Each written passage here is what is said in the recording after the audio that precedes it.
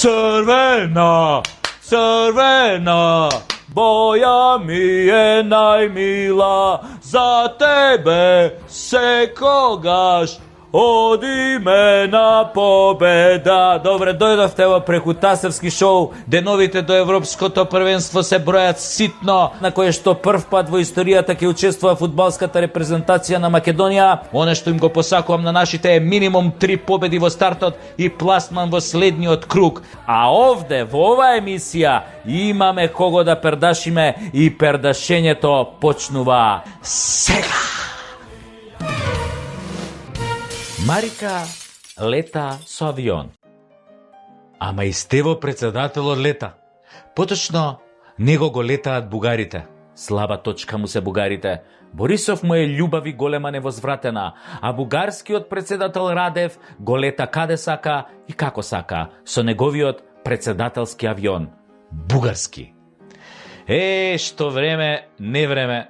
И во ова време не време кога бугарите бришат пот со нас, кога ги побугарчуваат Кирил и Методија и македонскиот јазик и азбука, Стево ја прифати понудата на Радев да се повози на неговиот авион. Да се повози до Ватикан. Баш на чествувањето на двајцата браќа просветители. Како ние да немаме наш авион мајката. А имаме? Па што знам јас? Не може да немаме, си викам, сепак сме држава. А држава сме стварно? Добро, може имаме авион, ама сигурно е расипан или нема гориво, а може му е дупната едната гума, па не знам, дреме тамо во некоја гаража, немаат резерва, може нашиве. А може имаме авион, нема дупнати гуми, ама немаме пилот во авионот и тоа може да е причината. И шо да преш да си на местото на Стево, нели во тој случај? Па мора да се снаоѓаш, ама баш со авионот на бугарскиот председател ли мораше да лета, со авионот на Радев. Истиот оној Радев кој не пропушта можност да каже дека сме бугари, дека јазикот ни е бугарски диалект и дека сме создадени од Коминтерновската епрувета на Тито во 1944 година. На овој тип му дозволи да те лета, бе, љубави. На овој тип ме заебаваш. Не, стварно ме заебаваш. И добра, ај кажи како беше летот со Радев, а? Небото сигурно беше мирно по прашање за ветото и потеклото на Гоце Делчев, или може би за време на летот ве тресеа турбуленции кога ви играше некоја бугарска стюардеса на шипка. Чекај, само да те прашам, ти, љубави, седеше до Радев за време на летот или онака те бапнаа кај куферите во багажникот? Оти со бугариве никогаш не си на чисто. А може немаше слободно место ни кај куферите, ниту кај патниците, па Радев мораше да те седне на... Не, сега не сакам да бидеме булгарни, односно безобразни, да? Уште ли не ги научивте бугарите, бе, љубави? Изгледа Господ кој делел достоинство и патриотизам вас ве држал заклучени во подрум. Освен ако бугарската стюардеса играла на шипка, не гледам друга причина зошто ти би влегол во бугарски авион. Подобро со тротинет да тргнеше во Ватикан. Малку ќе се помачеше до душа, тој ќе ти излезеше душа, ама па вака исто си ко без душа. И без топки волнени. А во политиката ништо не се добива без пар топки волнени. Ништо. Добро, и? Еве стигнавте со Радев во Ватикан со неговиот авион. И после, После Стево му го даде новиот дрес на македонската фудбалска репрезентација на папата на кој пишуваше Папа Франциск. Со К на крајот. А папата е Францис. Не се чита тоа К.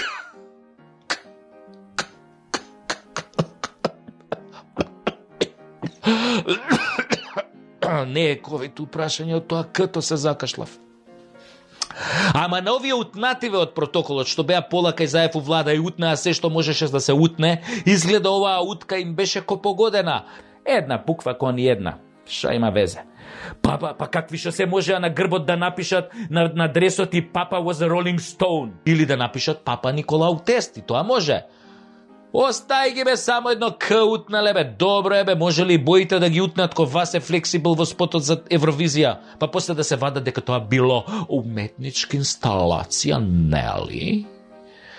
Стево гарант му рекол на папава: "Љубави, ти го поклањам овој дрес да си го облечеш, можеш и од озгора на тога, мислам на мантијата кој ќе игра нашата земја на европското, нели, пошто Аргентина твоја, пошто папава нели аргентинец, пошто Аргентина твоја бе, замисли бе, не игра на европското бе. Не успеа да се пласира на европско и ти сега, драг папа, немаш за кого да навиваш." Лели. Ау, Стево на папата му направи со ова за аргентинскава репрезентација таков тонш, така му фати сеир на папава, мислам така папава се осети малку непријатно што Аргентина не се пласирала на европското.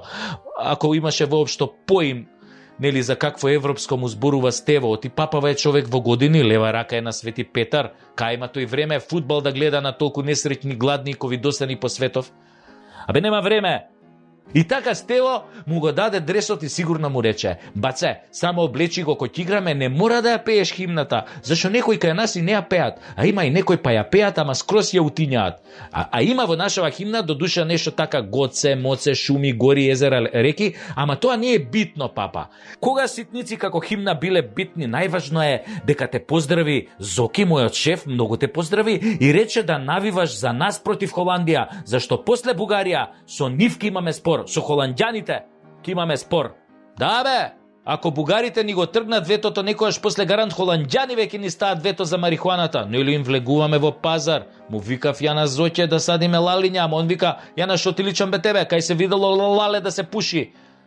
Мислам, ја кажи му на папата да навива за нас, ети дрес му однесе. Ама сте го пишале на кирилица. А ја ќе му се јавам лично да телефон, знам ја латински, мислам, тоа е она што се пише на латиница, сум учел заедно со англискиот и го зборам као англискиот, мислам. И следниот пат, не му носи тие глупите дресови што се носат врз бела кошула. Однесе му железни опинци. Тоа е вистински сувенир, символизира колку ние како народ сме упорни во решавањето на европските проблеми. Па ја еве, на пример, кој ќе решам некој проблем, па то бетон бе, па се е бетонирано бе. И така Стево везел за најважни споредни работи, а папава само трепкал со очињата и барал помош од сите, ама најмногу од Свети Петар, да го спаси побрзо од Ликов. И Стево видел дека Тенка му е приказнава кој секогаш, па го оставил бугаринов Радев да си позборува со папата за државнички работи, нели околу Кирил и Методи, бидејќи Стево изгледа таму беше отиден во Ватикан само дресот да му го однесе и поракава од Зоќе Заев. И после се дозна дека на враќање Радев го прашал Стево нели кај да гостават, а овој рекол: "Вози ме за Софија, од ја после од таму ќе си фатам пешки да си се прошетам малце, да се надишам воздух, нели?" Радев мислел дека овој нешто го прца и одма сакал да го симне од авионот, ама еден од советниците му рекол дека не е добро што некој што се вика Стевчо или Стево, нели, да го симне од авионот пред полетување, не е културно, не е убаво. После тоа Радев бил пак бледо-зелен, додека у авион Стево раскажувал вицови за тоа како седеле со Бранко и пиеле виски, а кога Стево се опил после првата коцка мраз, а Бранко бил трезен после 3 флаши виски, и така се додека не слетале во Скопје. А папава Франциск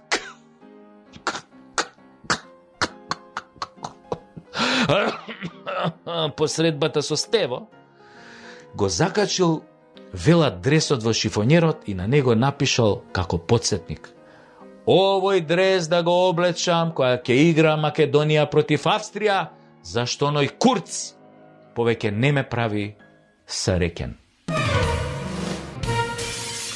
Ми пишува еден бот на Фейсбук со слика од лабрадор на тоа профил на те, ми вика: "Ти, Сашо, овие емисии ги правиш затоа што ја мразиш Македонија." Не бе, брат, не. Си има луѓе ни платени за да ја мразат Македонија. И тоа од твои и мои пари. Ние си ги плаќаме тие мразачи. А ја само во слободно време од хоби кажувам, оно што го гледам, само коментирам. Па зошто да не бе? Власта што ти ја бранише непресушна инспирација, нели, за било каков коментар и критика. До вас е бе човек, не е до мене. Ако ова беше Швајцарија, сигурно ќе зборував за случај како оној босанец во Тоблеронето по грешка што стал лешници наместо бадеми, па после оние алергичните на лешници зеле да се дујат комисири пред сношај, тоест да отекуваат и да се гушат, и сега осигурителните компании мора да платат за нивните маки, а босанецов ко босанеци киднал во Босна. Тоа е во нормалните држави. Мислам, а кај нас, овие копуциве на власт секој ден не изненадуваат со такви вести, што комотно може да влезат во рубриката верувале или не. Еве, на пример, од тие најлудите вести онаа дека владата го назначила познатиот Омерчо главен за навивачите на македонската репрезентација и за картите. Академски прашувам, кој е овде луд? Овие со сила не прават будали. Глумат некој панамериканизам што го нема ни во Америка. Знаете ли бе вие луѓе кој е Омерчо? А? Тоа е истиот оној што работеше во кабинетот кај Артанчо, водач на навивачката група шверцери, на широко позната по антимакедонските навивања, како на пример онаа песна на што ја пеа македонско девојче курва голема. Да, пеа, и тоа е истиот оној што го растури Македонскиот народен театар колего Коцки на прославата на шверцерите, како и кафулето Нью Орлеанс во Стара Скопска чаршија. Потоа го имаме главниот фраер кој вели дека за 2 години успеал да реши неколку европски проблеми кои ни европјаните не успеале да ги решат и решил дури 5 историски личности со Бугарија. Ако мисли на Денко Малевски кој се издаде дека отсекогаш бил бугарин, Владо Бучковски кој го реши, не отиде у затвор, туку право посредник за ветер и магла. Парашко кој нема врска со Бугарија, ама затоа со мафијашки бугарски финти е доктор на 2 науки со 2 доктората, го реши Самил со тој што им го поклони како да му е теле од шталата. И на крај веројатно го реши барон Минхаузен со тоа што докажа дека човекот бил честна историска личност на која сите и верувале. За сите овие решенија сметам дека треба да воведеме одликување Златен Пинокио, кој треба да му се додели на премиерот со посвета дека е посебно патентиран со формулата колку повеќе лаже, толку повеќе недоделкани му веруваат. 3 милиони евра за електронски картички за српските туристи како благодарност дека Србија вакцинираше 20.000 наши сограѓани. Ке им важат само ако одат за Грција. Кој е овде луд? Повторно академски прашувам. Како прво, за тие пари можеше да купи 250.000 кинески вакцини. Како второ, наместо да им важат за Охрид, па сите да дојдат во Охрид и да остават 3 милиони евра, нели, за сите тие, нели, подобности што им ги нуди Охрид, тие им важат за Грција, која има строги услови за одмор. Што е идејава? И пак ја прашам, кој е овде луд? Мислам, да не е и ова идеја некоја на Рашковски како да се лапне провизија од електронските картички. Мислам. Деновиве, главен муабет е како со врски партиските членови на владеачките партии успеале да си вакцинираат цели семејства преку ред. Полне Фейсбукот од срцеви болни, шекераши, луѓе со автоимуно болести, оперирани, алергични на пеницилин, постари од 50 години кои се пријавиле на фамозниот сајт вакцинација уште во март месец, а некои во февруари се пријавиле и уште не се повикани да бидат вакцинирани. Ама затоа, луѓки и фраери од 30 години ставаат мемиња. И јас се вакцинирав, и јас се вакцинирав, и јас се вакцинирав, и јас се вакцинирав. И се вакцинираат цели кабинети, глумци, пеачи, новинари, се петелат, се чаталат, како се вакцинирале здрави и прави и со вакцините брели купувате гласови бе. Тоа више стана перверзно и ќе прашам уште еднаш, кој е овде луд? Мислам, имате ли малце памет бе, луѓе? Се уште умираат по 15 луѓе на ден бе. Поп не може да испее 15 погреби на еден ден бе. Не може толку дупки да се ископаат. А вие со вашите зелени ботови се вакцинирате уште преку ред. Срам да ви... И на крај, овој талентираниот градоначалник на аеродром Марин, звани Тесла, кој со недели го дрндаат по медиуми дека набавувал по неколкукратно поголеми нереални цени, обвинителството на неговиот шеф мудро молчи, чекајќи да обвини некого за украдени 100 кебапи, затоа што, нели, таму се знае фиксната штета. Ако кебапче е 12 денари, се добива 3 години казна затвор. Тој Маринчо аеродромчо да ти купувал лед светилка за улично светлување за 1200 евра комат, не баре треба космодром да осветлува. А потоа купил 1 метар цевка за 130 евра, кода е позлатена.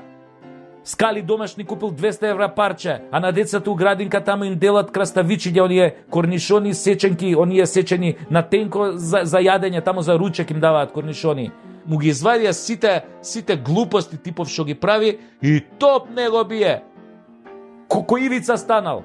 Кај да и Тинес ке му фукне едно дуќанче од 500 квадрати и сами себе да си плаќаат кирија и на него. Вакви вести секој ден не бомбардираат. И кој е овде луд? Пак академски прашувам. Ние. Нема кој друг да е луд. Само лудаци може да седат спокојно на толку бомбардирање со глупости. И да ви кажам, малку ние. Македонскиот народ има проблем со кубурот уште откако се осознал како народ. За некој, тоа осознавање било пред некои 3000 години, а за некој од 1945. Случајно, едниве и другиве имаат проблем со кубурот. Само не знам како овие од 45-та имале проблем со кубурот, кога истиот бил истиснат од пиштолот уште пред Првата светска војна во 1914 година. Ама они ќе речат, и во времето на Александар немало кубури, затоа ние и не потекнуваме од него. Управо сте, немало кубури, а и преку кубуров што немало бе. Ма не знам што треба да се случи за да посегнеме по кубурот. Нели онака символично? Не дај Боже, никогаш јас не сум повикувал на пукање. Мислам, не дај Боже, Боже пази, Боже пази. Мислам, не затоа што ја не поддржувам, туку затоа што може да ми се фатат за кубуров бе, па да ме обвинат за хушкач, за недемократ, за хомофоб и за сите оние NGO квалификации на оние што ги коментирам и критикувам. Па чудна сорта сме ние. Ние кубурот го оставаме во друга заменска форма. Нас се не боли кубурот за се. Абе преку кубурот ни од политика, шо кубур барам ја сега на гласање, овие кубури изгледа си играат со мене, ама па шо ги ставам на кубуров? Некако кубурот и неговото вадење ко манијак во парк ни е криво за се. Баре манијаков во парк е доволно луд, ќе го извади кубурот и мислам... Ама ние си го чуваме кубурот во гачи, зарđан, импотентен, неподмачкан, неупотреблив, мек ко душа. Само пуна уста ни е со кубурот. Со него се закануваме, со него ги пукаме сите ни цовки, со него ги частиме сите оние цуци што возат на лентата лево, а даваат трепкач за десно. Јаки сме ко кубурот на Црна Арапина од видеата на Вивид, а смкнати ко јапонска цреша под пилата на Шилегов. Нашиот кубур е неупотреблив. Тоа е само легенда на која лажно ги учиме децата. Нит го вадиме, нит го употребуваме. Ние сме зависници од кубур. А ако се наведнеме, а тоа го правиме многу често, го добиваме кубурот на едно темно место. Кубурот сака наведнати, обожава, смкнати со погледот долу кои се лигават и клечат, а он ке си се намести таму каде што сте најотворени. Кубур ко кубур. Сака да биде добро заденат во чакширите, за да не испука без потреба, зошто тогаш прави белја. Кубурот е наменет за храбри луѓе, за војни и воинки кои знаат кои се и кога ќе го извадат и кога ќе ти го вперат во челото, така ќе ти го вперат, за да ти се стресат и гаќите и мртвите, но 5-6 генерации наназад. Па кога ќе ти биде вперен кубурот, ќе треба да се помолиш за сите гревови што си му ги скривил на овој народ, знаејќи дека кога си се родил, тогаш некој го излеал куршумот во кубурот со твоето име и дека кога тогаш ќе се сретнете и нема веќе да има трте мрте. Има само трте. Македонија. Време е да се исправиш и да го извадиш кубурот. И кубурот. И да го испукаш, па кому иде, Стара Скопска. А има уште една, вели, кого удрам не жалам. Ете, такво време дојде, кубурно. Кубуриме сите до даска. Заев во едно интервју за еден наш неделник машки застана зад ликот и делото на Ел Рашко Гонзалес, несудениот постојан жител на Канкун во Мехико, кој не по своја волја мораше да се врати во Македонија за да заглави во притвор под обвинение дека злоупотребувал државни пари. Абе, не знам како Заев го убедил да се врати од Мехико, кога Ел Рашко знаеше што се случи откако Заев го убеди Мијалков да се врати од таму каде што избега. Како му рече Заев, дојди си домче будалче, нема да лежиш, се си е таман, само дојди си, врати се. И Мијалков што направи? Се врати со цел памет. И одма доби 12 години робија со можност за уште една 10 со кромит. Истата змија го апна и ел Рашко. Летна од Канкун полн со оптимизам од ветувањата на шефот и слета ко усран голуб во домашен притвор во Скопје.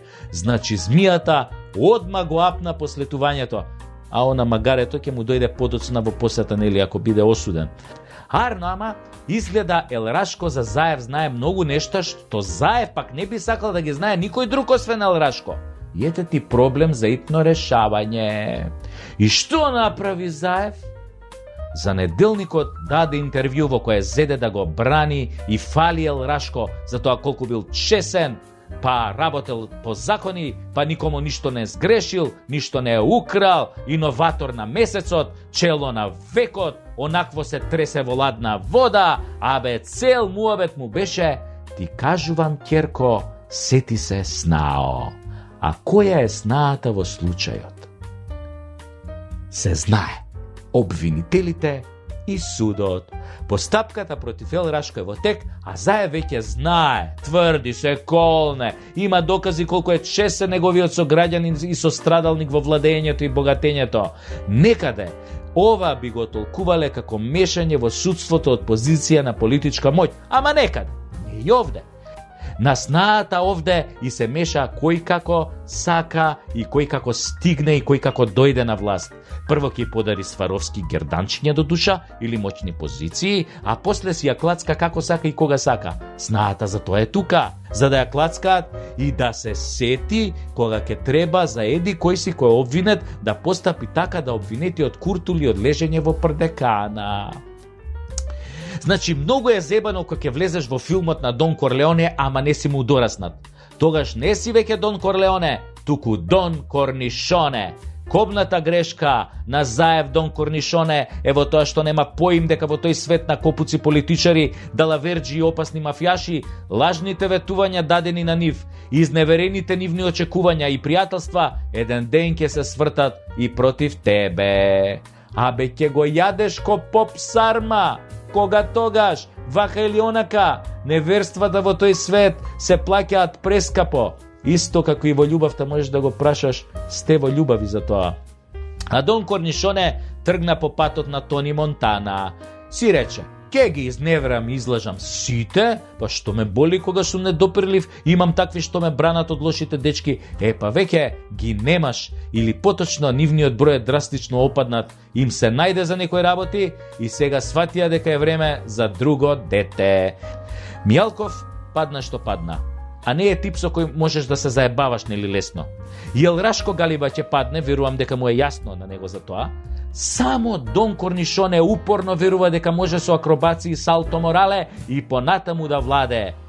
Уште Кутриот не знае дека змијата и него го апна, а и магарето ќе му дојде по змијата.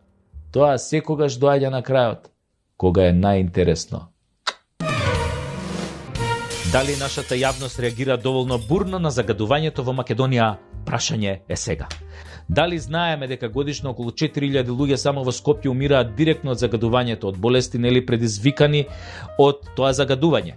Дали политичките влијанија врз одредени невладини организации доведуваат до зелено-црвен ефект во нивната реакција, односно кога нивната гарнитура е во опозиција, силно притискаат нели со медиумски кампањи против загадувањето, сечењето на дрвата, испуштањето на јаловина, а потоа наменски замолкнуваат нели кога условно нивната партија на власт. Интересно, но за водите никој од нив одамна ни да бекне. Пијат флаширана, а се тушираат со газирана.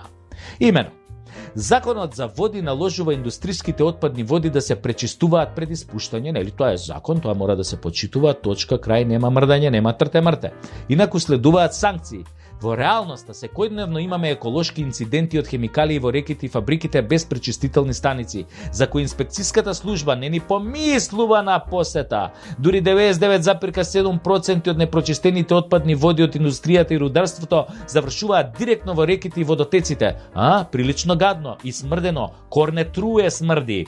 Па доволно е само да прошетате покрај Вардар неподалеку и не ви е потребна ни хемиска анализа, се ќе сватите. Дали сме се запрашале некогаш зошто сме толку негрижливи, зошто буквално си ги уништуваме националните богатства и водите од кои треба и да пиеме?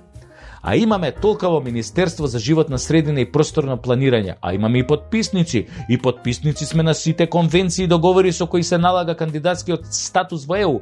Подпишале и си ставиле министер, нели? Обично тоа е од ДУИ, а тие министрите од ДУИ обично се незаинтересирани за загадувањето, тоест тие се заинтересирани за загадувањето, ама како заланскиот снег. Мислам дека конкретниот тип министер кој што е во тоа министерство не ни знае ниту македонски да зборува, не па за загадувањето да се интересира. Не се. Здравствени проблеми кај населението се јавуваат секојдневно. И тоа е нормално, бидејќи годишно во нашите реки и водотеци се испуштаат 110 милиони кубни метри отпадни води, што е отприлика двојно повеќе од водите што ги имаат вештачките езера во државата. Ви се верували колку сме недоквакани? И дали знаете дека во државава има стопански објекти кои имаат процеси со вода, ја загадуваат, ја испуштаат и немаат соодветни дозволи и процедури за тоа? Се уште овој дел е сива зона. А каква сива зона бе? Ова оди кон црно, ноќ црно. За која Европа кога тогаш ќе се качи на оваа властна глава?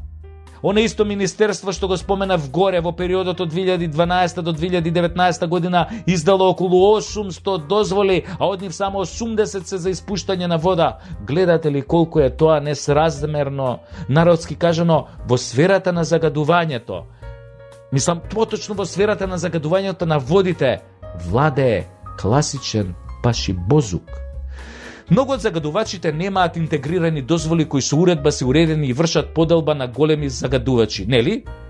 Ти имаат А дозволи и оние малите загадувачи имаат Б дозволи. До тука е нели јасно? Јасно е дека со ваква дозвола треба да има и пречистителна станица на фабриката во која по пречистувањето на водата од механички загадувања се додаваат бактерии кои ја чистат и биолошки и после одредени мерења доколку е во параметрите пропишани со законот се враќа водата во реката и таа вода нели не е загадена, можеш да си ја пиеш, да се миеш под мишки и така натаму. И сите сега ќе кажат, што си се фатил бе за водите? Не ова стендап, ај критикувај во свој стил.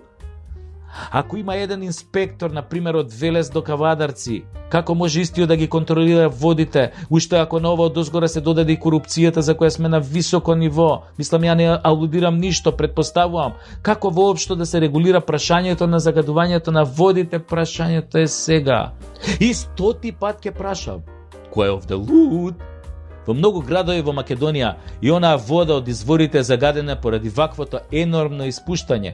Химикалиите понираат, се гради во заштитените зони на бунарите и штетата е траена кога веќе ќе се случи. Не можеш да ја оправиш ни 50 години во иднината. Има случаи кога водата не е за пиење. Во Тетово, во Струга, во Гостидар, во Гевгелија, секаде има лоши резултати по здравствената слика на населението и сите, мислам, ги боли таквоето за тоа. Ова не е смешно, ова е трагично. Да рониш крокодилски солзи. Оваа анализа вели дека ќе ни треба многу сила, политичка волја и знаење да ја оправиме оваа ситуација. А ако се земе предвид дека пред месец дена беше уапсен фраер од Шишево кој во Карпош си фрлал медицински отпад во заштитена зона кај бунарите од кои пие половина Скопје, зракот на светлоста е многу далеку, не само од ковид, постојат и многу други начини да се заврши трагично во оваа кутрена патена земја. А тие запнале датумот па датумот во авион. Датумот па датумот. Иако го нема датумот, иако рибите умреа, алгите изумреа, диносаурусите малце поодамна се умрени, ама луѓето ни умираат сега и овде, тие запнале. Датумот па датумот. Дали се покакам во датумот. Челните луѓе во фудбалската федерација никако да го прежалат Косово што не се пласираше на европското во фудбал. А не можеле никако да скрија дека длабоко во себе тагуваат за Косово и Албанија. Оти пазете, и Албанија не се пласираше на европското. Арно, ама кога веќе на европското отиде Македонија, а овие ја водат Македонската фудбалска федерација, решија некако својата тага за Косово и Албанија да ја ублажат, така што си поделија огромни премии од парите добиени од УЕФА за пласманот на европското првенство како награда за тој пласман, а парата е лек за повеќето хронични болки. Не знам дали знаете, а мислам дека знаете. Замислете и, некои таму поранешни прекупци и шверцери, а сега што се функционери, нели, си поделија пари наменети за федерацијата и играчите кои се пак најзаслужни за пласманот. Нели, кога веќе Косово и Албанија не се пласира на европското, тие си рекоа дај барем јак шопинг да си направиме и да се подкачиме на некое младо пиленце по баровине во джепчиште и велешта. Нели, шопингот и сексот ги смируваат нервите и ги ублажуваат симптомите на национален пораз, дури и во спортот. Ама тие не би биле тие кога би можел еден јак хонорари шопинг да ги смири нивните национал-шовинистички страсти. Како смее Косово да не оди на европско, а да оди една Македонија чија фудбалска федерација ја водиме и од која земаме огромни плати. Шо да направиме? Се мислеле, се думале цела ноќ.